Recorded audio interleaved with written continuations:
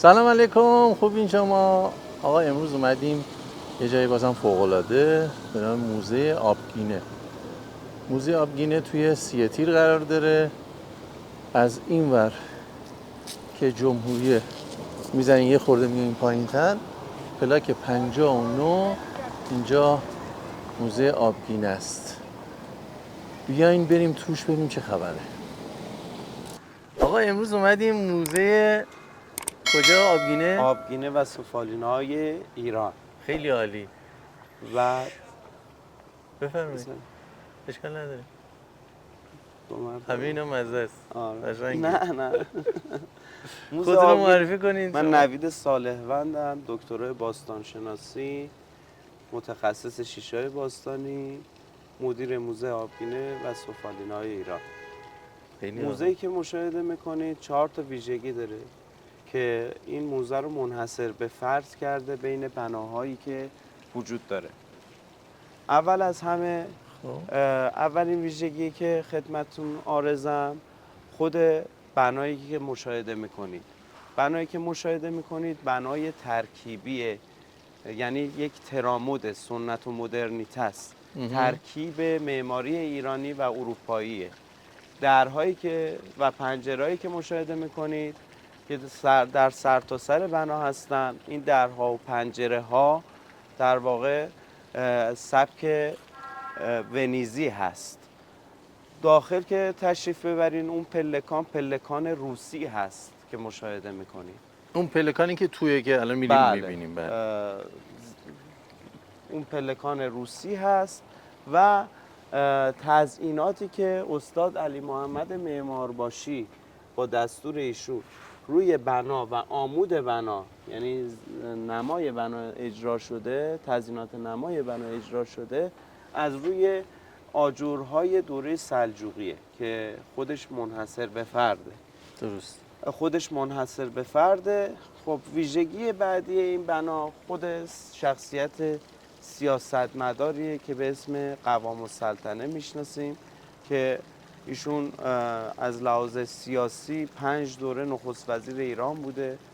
فرمان مشروطیت رو با دستخط ایشون داریم در دوره مظفرالدین شاه و خب جایی که زندگی میکرده هم خیلی مهم بوده که مثلا اینجا کجاست، ویژگی ها و اون علایق ایشون متبلور شده روی برخی از آثار مثل کاشیکاری ها که در زیرزمین وجود داره. خب بریم داخل ببینیم. خب برای ما. بله. موزه رو سومین ببینیم. ویژگی که وجود داره بفهم. سومین ویژگی این بنا در واقع کارهایی که هانس هولاین انجام داده و به عنوان یکی از بهترین طراحان دکوراسیون داخلی و معماران دنیا اومده ویترین های اینجا رو طراحی کرده. مثل این ویترین که مشاهده میکنین که یک قبر ویترین زمینی هست که یک قبر تاریخی و در واقع یک گور باستانی رو که درش سفالینه و آبگینه هست رو بازسازی کرده. آره. به اینجا میگن تالار زرین. اومده خب مشاوره ایرانی خیلی خوبی داشته ایشون. اومده بر اساس کاخ تچر در تخت جمشید اومده ویترین های اینجا رو طراحی کرده. خب چهارمین ویژگی که میخوام بهش اشاره کنم خود آثاریه که در موزه وجود داره، مثل آبگینه و سفالینه هایی که تو این تالار قدیمی ترین هاشو در این تالار میبینیم که تو اینجا مثلا پیکرک های مختلف زنان و سفالینه هایی که از دورهای مختلف هستن، تکوک ها و اون گاو مارلیک که اگه اخبار علمی فرهنگی خاطرتون باشه از همین ویترین این اصلیه دیگه نه؟ بله بله همشون. این که مالک خودمون مالک چراغ علی تپه. نه خب اون چیز بوده شمال دیگه، گیلانه دیگه. بله. یا شما مثلا این شیشه ها رو ملاحظه کنین، این شیشه ها هم به این شکل هست. این شیشه‌ای که قدیمی ترین شیشه های موجود در موزه ما هست. این مفتول های شیشه ای هست که داخلش چوبش بعد از 1280 سال قبل از میلاد، یعنی 3000 سال پیش، چوب داخلش هنوز که مواد عالیه است باقی مونده. اون نیگونه اونا رو میگی؟ بله بله بله. اینا برای چی بوده؟ خب اینها رو من خودم 2 مقاله راجع به این نوشتم، هم راجع به خود شیشه و هم راجع به چوبش در واقع ایجنت های خود زیگورات چوغا زنبیل می اومدن چوبا رو لینکشو میذاریم این پایین ببینید که مقاله رو هم لینکشو میذاریم. خب می اومدن این چوبا رو که چوب درخت نخل بوده رو تراش میدادن و شیشه ها برای تزیین درهای معابد زیگورات استفاده می شده، به صورت در واقع عمودی قرار می گرفته، اوریب عمودی، و اینها تو خالی بوده و این چوب مثل چوب جوجه چینی داخلش می رفته روی درهای چوبی که قبلا با ابزار کار شده بود و سوراخ‌های تعبیه شده بود قرار می گرفته و حالت غلطان داشته و دیگه به بهترین حالت که من میتونم برسونم اینه. حالا این اومده اینجا رو چیکار کرده؟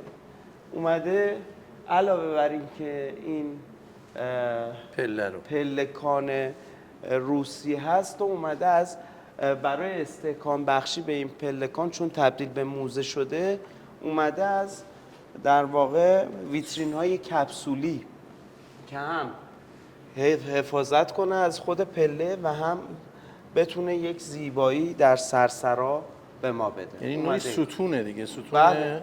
بله. شما اگه تشریف بیارین جای من و وارد بشین از این طرف، شما طاق هلوچین قدیمی ایرانی هم میتونین ببینین از این ور به سمت این ور. ببخشید قدم بزنین، 2 قدم بیاین، میبینین یه حالت گرده، بعد جدا میشه، بعد تبدیل میشه به 2 تا آبجکت و آبژه متفاوت. اولش یه تاق میبینیم. بله بله. اینجوری یه تاقه.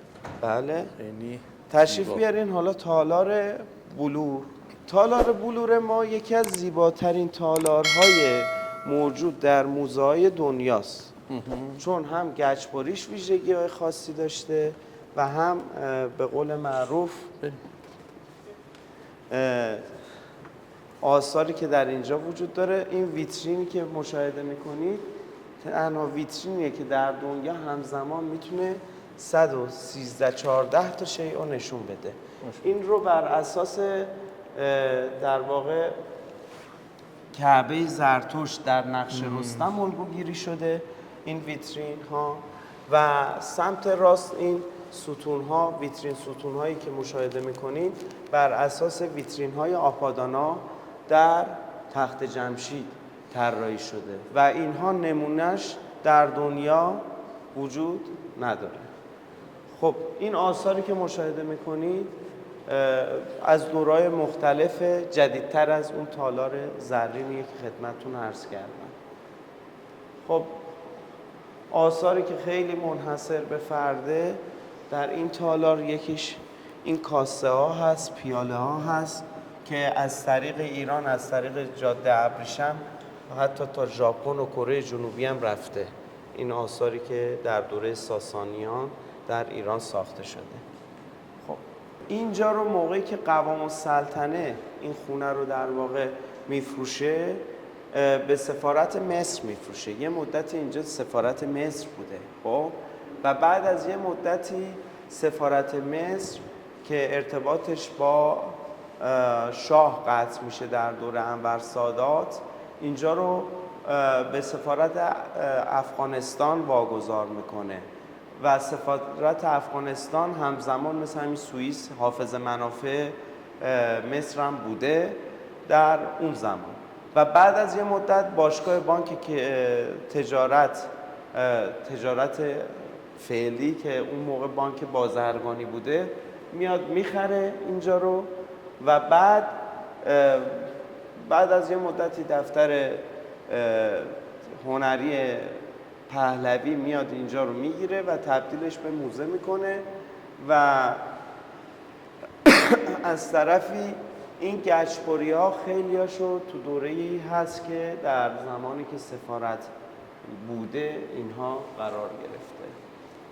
شما خصوصا در اون قسمت تاج مصری رو میبینین، پرچم مصری رو میبینین. خب هولاین موقعی که طراحی کردی طراحی خالی نکرده، سقف اینجا رو چراغ گذاشته که نور بتابه، گچبریا هم معلوم بشه. میگم این چیزی بوده که راجع به همه چیز هولاین میشه دید. خب ما کوچکترین آثار موزه‌ای ایران هم در اینجا داریم که به این ظروف بسیار کوچیک میگن سرمدان و اتلان‌های بسیار کوچیک که مشاهده میکنید. علاوه بر این آثار از تمدن‌های خارجی هم ما اینجا داریم، مثل تمدنی که در مدیترانه شرقی و روم باستان هست، به اینها میگن هد فلاسک، یا در واقع اصلان‌هایی که شکل در واقع مثلا این خدای دیوزیوس رو نشون میده، این گورکن رو نشون میده که گورکن‌ها یا گورکن‌ها افرادی بودن که در دوره خدایان یونانی وجود داشتن که بعداً میاد گورکن‌ها میشه یکیش نماد ورساچه. بچه اینجا خیلی چیزای دیتیلی زیاد داره.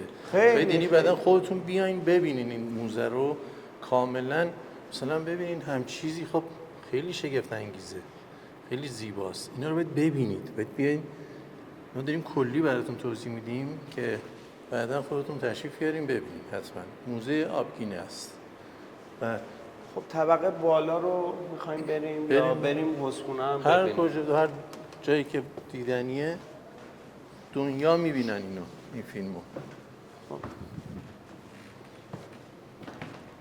خب حوضخونه رو الان من نشونتون میدم.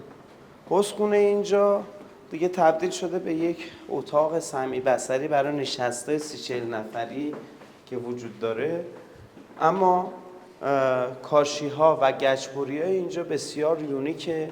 زیباترین کاشی هایی که مربوط به سبک تهران هست و در این موزه میتونیم ببینیم که استاد مصطفی کار کرده. استاد مصطفی امضاش اونجا هست، تو اون آخرین کاشی که در مجموعه دیده میشه اینجاست. تو اینجا خب ویژگی های، ببخشید سیم رد شده ولی خب اینجاست، این زده عمل استاد مصطفی. خب ویژگی های خاص این کاشی خب نشون میده که سیاه قلم کار کردن و یه تیکه درست کردن خیلی سخت بوده و موضوعاتی هم که در این کاشی ها، خصوصا کاشی های شومینه رو که مشاهده کنیم، برای مثال دوستی خال خرسه رو در کجا میبینید؟ در شومینه چه کسی؟ سیاستمداری که بهش میگن که چرچیل ایرانی، آقای قوام سلطنه. خب این خب خیلی با نیت قطعا کار شده. یا گچبریا رو که شما نگاه میکنین در اینجا یک کتیبه هم میبینید. اگه خوندین کتیبه رو،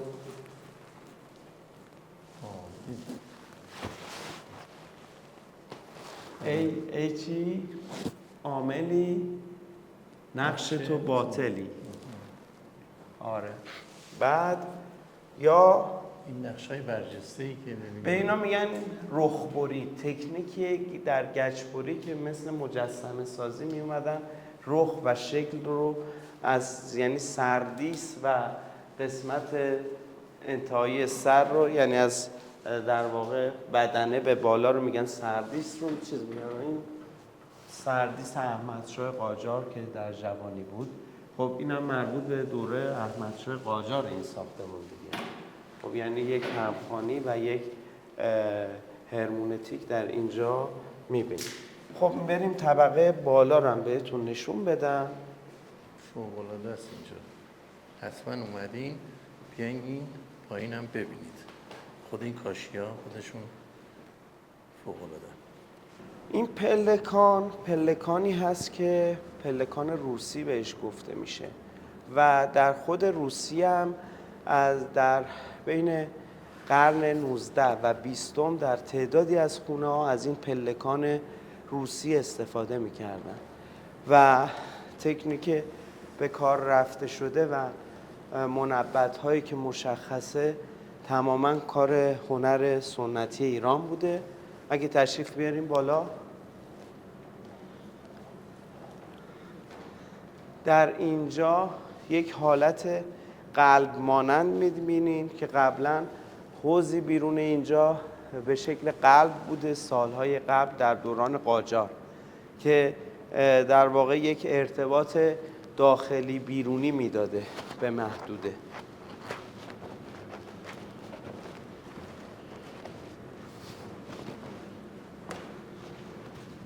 خب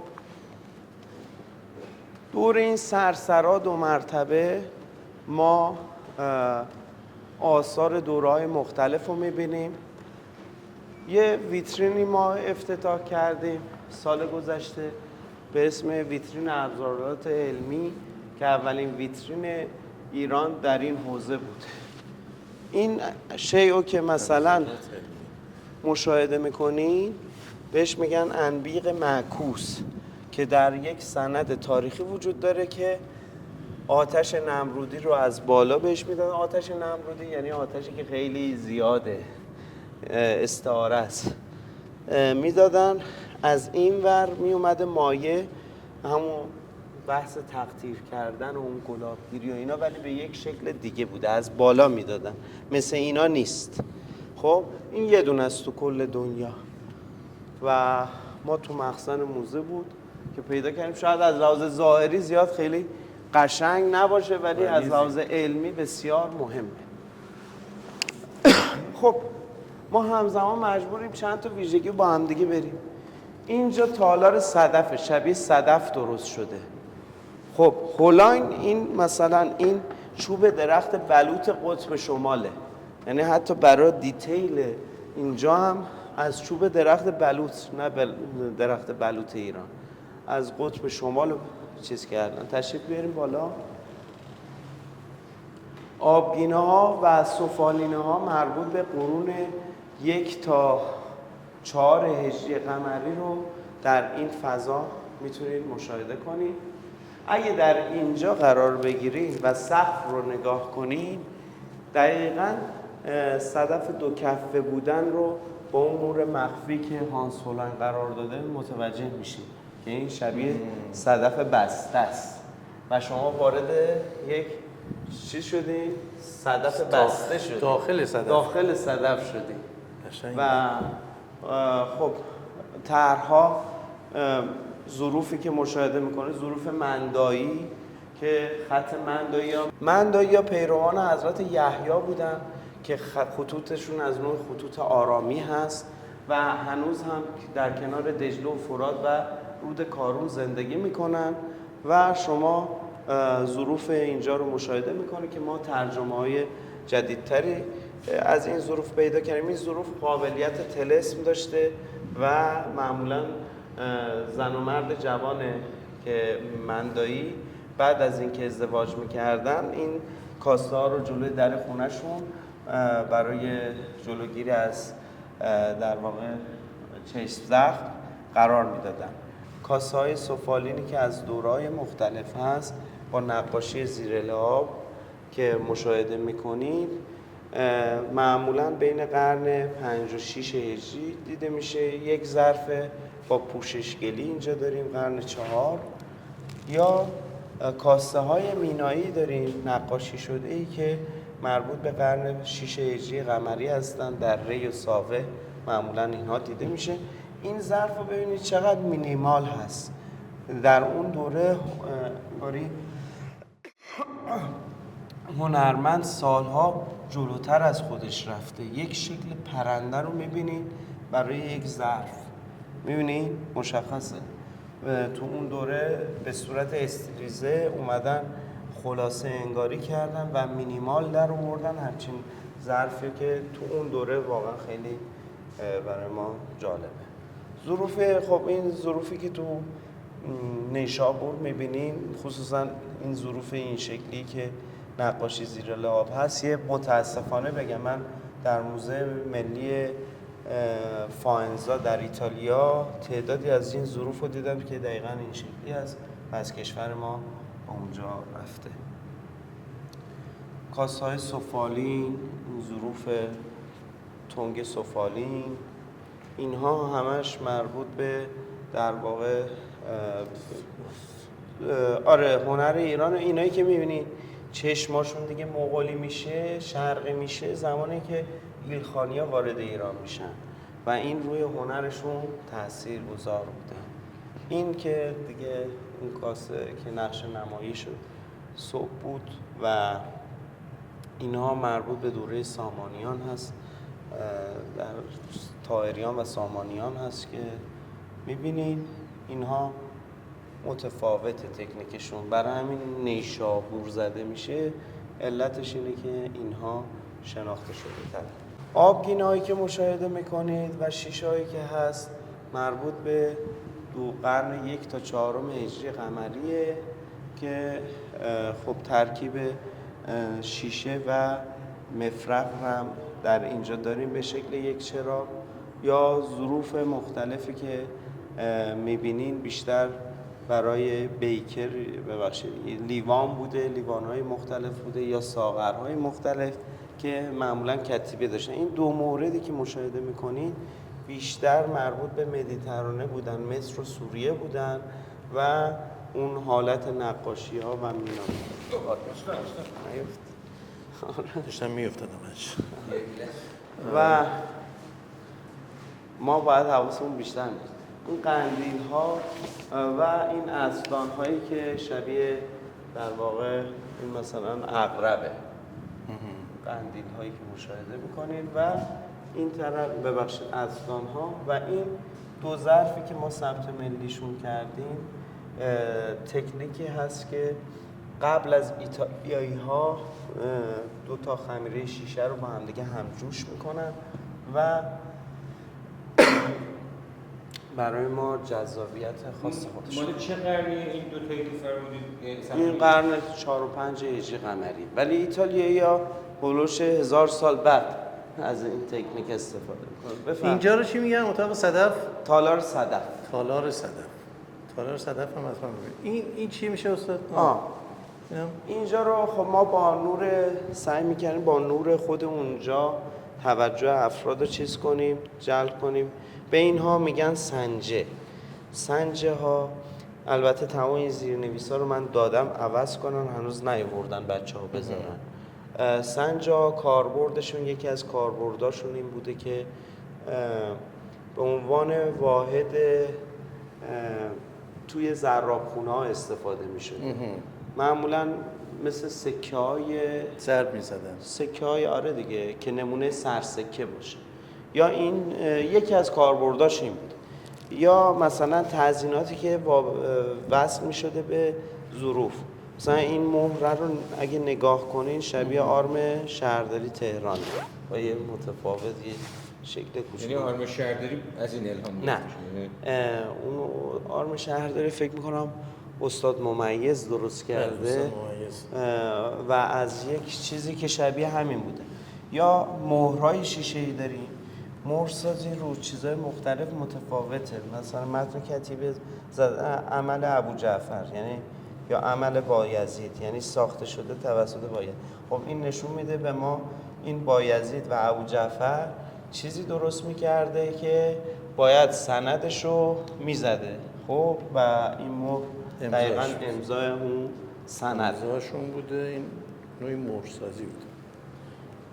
تو بخش اسلامی اگه اینجا تشریف بیارین مشاهده میکنین که اینجا تالار لاجورد 1 اومده بر اساس طاق اسلامی، اومده اون حالت معاصرگونه رو در آورده. البته این زودتر اومده، بعد بریم اون تالاره. بریم. آره بریم تالار زرین رو ببینیم بعد بیاریم اینجا. تالار زرین اسمش روشه، زرین فام، از روی زرین فام گرفته میشه. زرین فام ها آثاری بودن که با اکسیدهای فلزات و نه طلا، معمولا از اکسید نقره و اکسید سرب استفاده می شده، 2 بار می رفته تو کوره که این حالت رخشندگی و درخشندگی رو داشته باشه و به اینها می گفتن زرین فام که در دوره اولیش از مصر شکل میگیره، در بین النهرین رواج پیدا میکنه. دوره ثانویه و دوره متأخرش در ایران، خصوصا در دوره ایلخانی، خیلی از این آثارها مربوط به دوران ایلخانی. ببینید این گونه اولیشه زرین فام ها، ببینید خیلی ابتدایی بود فلان اینا. این دیگه میاد دوره متأخر ترشه، متأخر دوره ایلخانی میشه. چشمایی که میبینین بهتون گفتم. خب بعضی از این ظروف، ببینید این ظروف و بعضی اصطلاح هفسین به کار میبرن فلان اینا، برای خب با معکولات بوده دیگه، یعنی ظروفی بوده که برای مثل آجیل خوری و از این چیزا، یا مثلا ظرف آلبارلو که برای داروهای جامد استفاده می شده، یا بشقاب. ببین چقدر اومدن تکنیکال کار کردن و بسیار زیبا کار کردن روی این ظروف. یا اینور ترکیب لاجوردینه، اینایی که می‌بینید یه لعاب لاجوردی داره، معمولاً از طلا هم استفاده می‌کردن بابت این لعاب لاجوردینه و زرین فام. این شکل صلیب طور رو که مشاهده می‌کنید نشون میده که تحت تاثیر سنت‌های اون دوره بوده که مثلا در دوره ایلخانی یک قسمت‌هایی در سیستان، یک قسمت‌هایی که همون زمان تو هند بوده، اینا تحت تاثیر صلیبیون قرار گرفتن دیگه و مسیحیت که کار نشده. نکته‌ای که کار نشده زیاد روش. خب این ظروف رو ببین بسیار زیبا ظروف ساخته میشه و معمولا خطوط دور این ظروف خطوطی هست به اسم خط رقاع که مشاهده میکنید، یا بعضیاشون خطوط کوفی هست که در اینجا مشاهده میکنید. اینها اونایی که رقاع بوده معمولا ظروفی هست که راجع به شعرهای جنید، یعنی راجع به شعرهای جنید کاشانی، این جنید بغدادی، این کتیبه ها درش بوده. یا این و تنگ سفالینه که زرین فام متأخره. این تنگ بسیار زیباست. این هم ترکیبی لاجوردینه زرین فام. همینطوری که تشریف ببرین اینجا یک سری آثار مختلف، حتی زرین فام در کاشی سازی ها، یعنی غیر از ظروف رو کاشی ها هم اومده. خب ببینید این کتیبه مثلا زده چی؟ اقبال فلان، یعنی خوش اقبال اون کسی که میاد از این ظرف براش ساخته شده. خب میریم 2 تا لاجورد داریم، یکی لاجورد 2 هست و یکی 1 هست. اینجا لاجورد 1. ما نمایشگاه موقتمون اینجاست. ما اومدیم آثار کاشی سازان و بدلچینی سازانی که در شهر ناهین بودن و دارای خط و امضا بودن و ظروف فرمایشی می ساختن رو در این موزه به نمایش گذاشتیم و از یک مجموعه خصوصی این آثار رو آوردیم و اومدیم مستندنگاری موزه‌ای کردیم برای اولین بار. یعنی از یک طرف شما نسخه می‌بینید، نسخه ناین، تاریخ ناین اون بالا، این کتابی که مشاهده می‌کنید سمت راست نسخه تاریخ ناینه، و بعد از یه طرفی اینا مثلا اون وسط زده محمد رضا سالک، یعنی به سفارش محمد رضا سالک ساخته شده، یا این ور زده فرمایش امین خلوت. خب به فرمایش امین خلوت ساخته شده و اینها تماما آثاری بودن که ساخته شدن. و نکته که وجود داره اینه که پشت اینها معمولا امضاه. امضا کار اون استادکارانه. الان محمد محسن، آقا بابا و میثم کسانی بودن که تو این نمایشگاه آثارشون به نمایش خورده. اون پشت بشقابا رو نگاه کنید متوجه میشین. همین قضیه‌ای که مردم رفتن کاشیاشون رو کندن دیدن امضا داره همین بود؟ یه چیزی شنیدم. آره ببینید کاشی، ما چرا به اینا هم میگیم کاشی؟ چون واژه‌ای که تو قاجار به کار میره بهش میگن کاشی، نمیگن سفال آبی سفید، خب بلو اند وایت مثلا نمیگن. خب یا خب ببینید این مثلا این چیز شده، اومدن بندزنی کردن تو دوره قاجار، فلز به کار بردن، بندزنی کردن که این آثار هست. اون دوتا تیکه‌ای که تو اون تابلو میبینید از خود همون کارگاه ها به دست اومده که برای این کاشی سازان هست. درسته. و بعد اگه بیاین روبرو این تابلوهایی که مشاهده میکنی اسامی اون کاشی سازان هست که میگم مستند نگاری شده. خب اون قسمت های قرمز طوری که قرار دادیم که کسی که میخونه متوجه بشه. مثلا اینجا استاد سعید کاشی رو نام برده.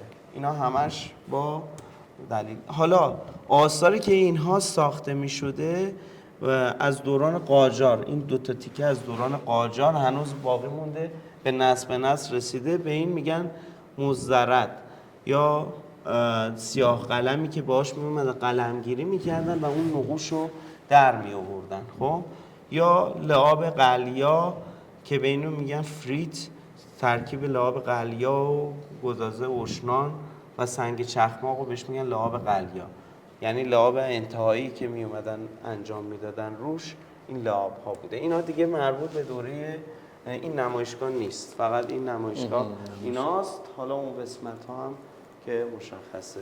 خیلی عالی. خب این نمایشگاه که ما گفتیم نمایشگاهی که تا این خود این سازه کی ساخته شد؟ اینو ویترین ها رو، یه نکته راجع به ویترین ها بهتون بگم. ویترین ها رو هانس هولاین در سوئیس و آلمان قطعاتشو میسازه و قفلا رو مثلا در سوئیس میسازه. خب و اسمبل میکنه. اینجا رو اون که لاجورد یک هست رو اومده از یک یورت مغولی، سیاه چادر مغولی بهره گیری کرده، چون میخواستن آثار دوره ایلخانی رو که تحت تاثیر مغول ها بوده نشون بدن. میگم این ویژگی هایی که خود هر ویترین به مثابه یک شیء، یعنی یک داستان داره ساختش. خب که شما مشاهده میکنید. تالار لاجورد دو خب مربوط به دوران دیگه متأخرتر هست، یعنی از دوره صفویه به بعد افشاری، زندیه و قاجار آثارش مشهوده. اگه تشریف بیاری هولاین طراحی که کرده اومده به شکل چی طراحی کرده؟ اینجا رو به شکل طاق‌های اصفهانی طراحی کرده.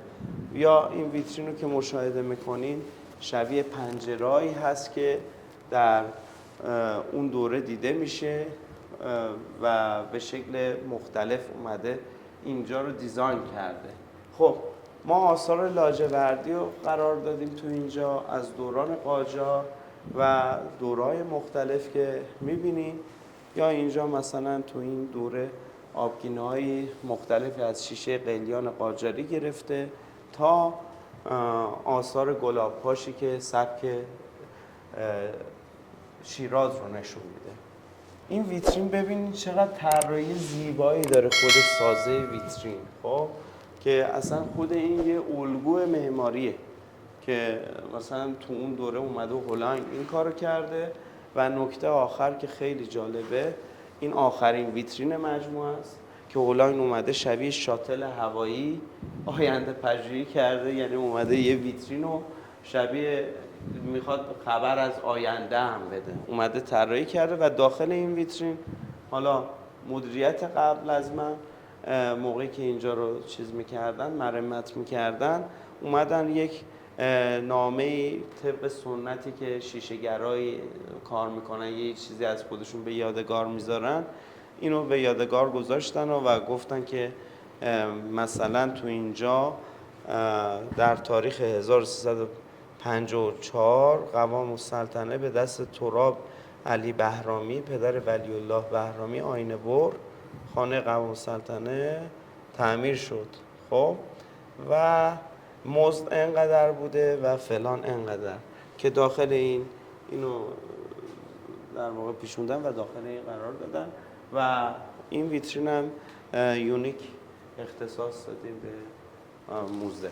جالبه یه مطلبی فرمودین بحث حقوق و دستمزد بوده، یعنی اون موقع همه چیز شفاف بوده اینجوری نه؟ بله. یعنی میدونستم برای فلان کار چقدر گرفتن. آره. حالا یه نکته هست دفتر کار منم اگه تشریف بیارین یه نکته هم از اونجا میتونیم بگیم. چه عالی. حالا قبل از دفتر کار من ببخشید این فکر میکنم گیر بیاین این رو به رو بگیریم. خب اینجا رو خود از طرف باغ ایرانی رو در واقع داره نشون میده و نکته که وجود داره اینه که هولاین اومده با بوتون کار کرده دور تا دور بنا رو که دور تا دور بنا رو با بوتون کار کرده که حالت پست مدرن بهش داده و اون چارک ها هم قرار داده. 2 تا ویترین هم خب دم در مجموعه وجود داره که اینها نشون دهنده خود این سازه است. حالا اگه تشریف بیارین اتاق من سمت چپ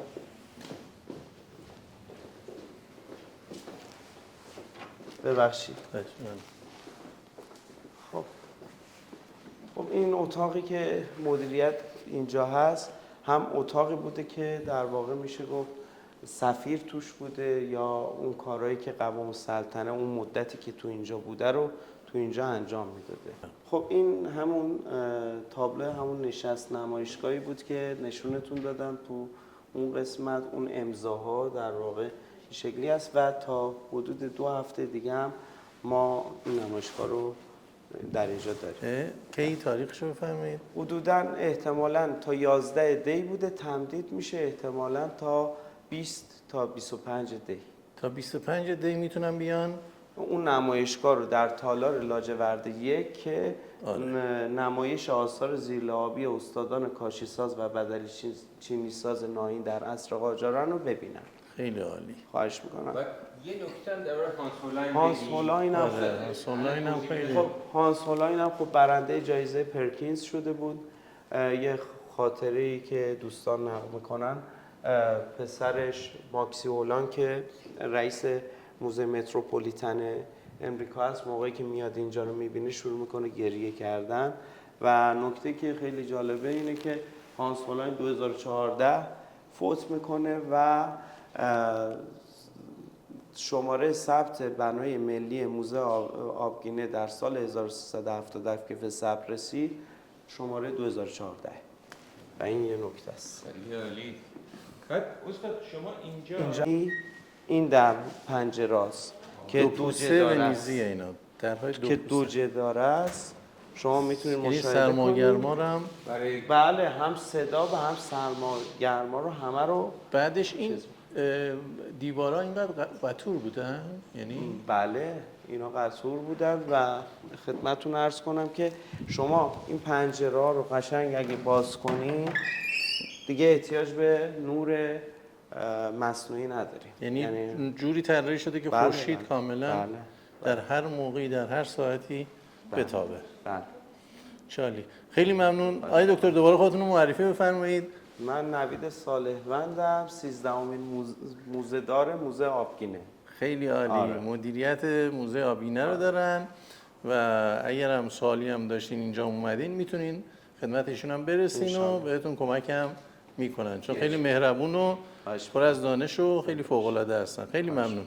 خب 2 سال پیش بهترین موزه دولتی کشور شدم و این جایزه رو به من دادن و یعنی به موزه دادن از طرف بچه‌ها من گرفتم و در ایکوم هم سال گذشته تو 3 حوزه 2 حوزه بهترین موزه کشور شدیم، تو موزه متوسط مقیاس، تو حوزه پژوهش و تو حوزه در واقع معرفی بهترین موزه شدیم و تو حوزه کالبد فیزیکی هم دوم شدیم. یعنی کالبد فیزیکی همین مرمت ها، همین بحث هوای اینجا این مسائل بود، دوم شدیم. این 2 جایزه رو من تو 2 سال خورده‌ای که اینجا هستم خوشبختانه به دست آوردم. خیلی ممنون که تا آخر ویدیو نگاه کردین و امیدوارم که ویدیومون رو لایک بکنین، شیر بکنین، به دوستاتون معرفی بکنین، سفرشو رو حتما به دوستاتون معرفی بکنید و اون زنگوله رو هم بزنید، سابسکرایب بکنید که فیلم‌های جدید که میذاریم حتما ببینید و با خبر بشید. خیلی ممنون، خیلی دوستتون دارم، مرسی که همراه من هستید. برای دوستانت بفرست تا اونا از این سفرها لذت ببرن.